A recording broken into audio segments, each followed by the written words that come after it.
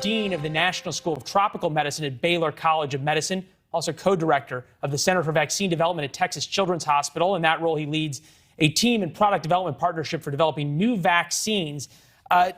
Doc, what do you make of what Allison was bringing up, of this discrepancy between the way the Europeans are treating vaccinating children and the way we are? Yeah, I know, I understand her comments.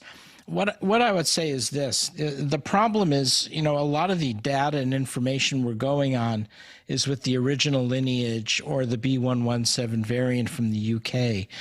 And now we're dealing with a different animal. We're dealing with a different virus. This is the Delta variant, which unfortunately is twice as transmissible as anything we've seen before. And now we're seeing an uptick not only among unvaccinated young adults and adolescents, but also kids going into pediatric ICUs. I don't think this virus is targeting kids necessarily. I just think so many people are getting infected now that it's sweeping up a lot of kids and adolescents in the intensive care unit. It seems as though we got forgive me, but it seems as though the case you're making right now is we're going to pretty much have to get ready for two Americas, the vaccinated part of America and the unvaccinated part of America. I think that's right, and I agree with that. And so let me give you two scenarios. Let's start with the more dramatic one where I am here in the South, where only about less than 20%, in some cases only 15% of the adolescents are vaccinated in many states like Louisiana, Mississippi, Alabama, maybe 30 to 40% of young adults, and a number of the red state governors saying no mask mandates at all. Yeah, just while you say that, I want you to listen to this from Ron DeSantis. Take a listen. At the end of the day, we got to start putting our kids first. We got to look out for their education.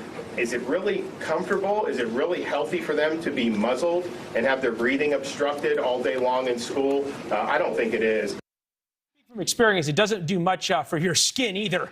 After the last year wearing masks, I'm guessing you say that's a... Listen, don't tell me about Governor DeSantis. He mocked me 3 weeks ago on Fox News when I said COVID-19 is coming back to Florida, and now Florida's leading the country in COVID cases. So he's not a reliable source of information. No, I guess I'm going to say you disagree with him clearly on this.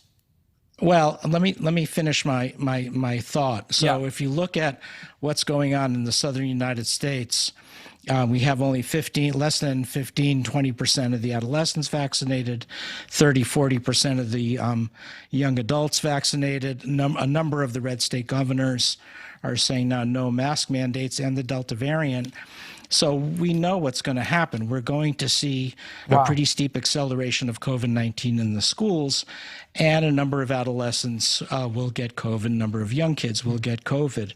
Yeah. And we don't know the full consequences of that. Yeah, no. You pointed that it could be a very long fall, especially in these areas where cases are spiking. So now let's go to